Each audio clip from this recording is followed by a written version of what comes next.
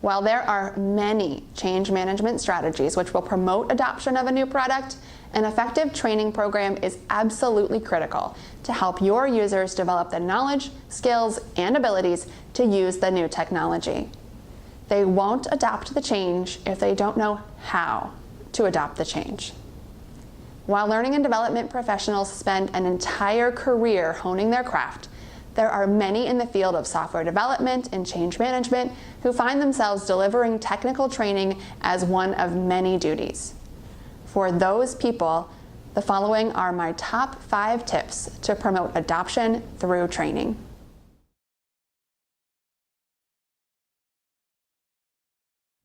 Madeline Hunter's direct instruction methodology, while not perfect for all training needs, is really ideal for teaching people to use a new technical system.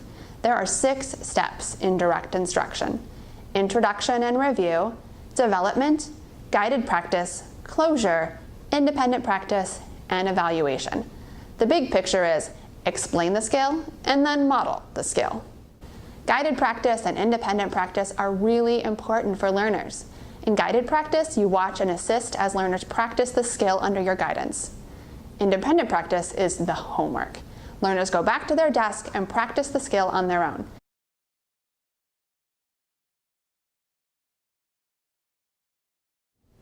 Both adopting a changed work process and learning new technical systems involve a risk to personal image, which is especially difficult to ask of employees in a workplace setting. We all want to protect our image in front of our coworkers, and asking questions, seeking help, and experimenting with unproven systems all put us at risk. Trainers who are teaching employees how to use a new technical system must work with managers to create an environment in which risk-taking for the purpose of learning is rewarded and honored. Explain to trainees that in a training and learning environment, asking questions, seeking help, and asking for feedback all support learning outcomes. Communicate to trainees clearly that these behaviors will be rewarded and explain to them the process for rewarding them. In addition to praising this behavior, model it yourself. If you make a mistake or don't know the answer to a question, ask for help.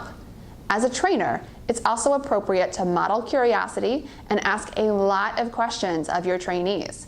This has the dual benefit of modeling the desired behavior and drawing them out so they have to speak up. The best classroom or online training in the world won't result in trainees retaining 100% of the knowledge, skills, and abilities they need to maximize the use of a new technical system. Job aids such as checklists, worksheets, and templates provide a point of reference and help employees after the training. In technical training, these job aids often take the form of illustrated user documentation.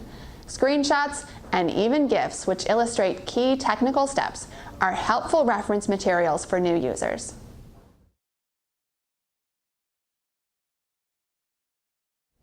Trainees will inevitably have questions after the training, and the good news is the answers don't all have to come from you. Help your trainees build a network of experts. Establish and nurture a community of practice. If you're teaching a class, you've got a cohort of new users who have learned together. Create an online forum and facilitate monthly meetings or calls to keep their social learning going. Identify the power users of your new technical system and recruit them to mentor others. You can add a badge or icon to their user profiles or find other ways to honor them for their expertise. And finally, set up clear two-way communication channels between trainees and experts so users can request feedback and receive ongoing coaching as they make iterative improvements.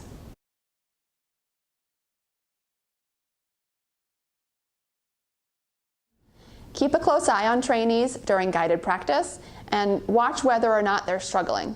This gives you plenty of information about whether they can apply the new skills. If you're training users on a new technical system, you can audit the product of their efforts during independent practice and provide feedback. Training is one important tool in your change management toolbox, and it's important to make sure your training plan is effective. These 5 tips are a great jumping off point for promoting adoption through training.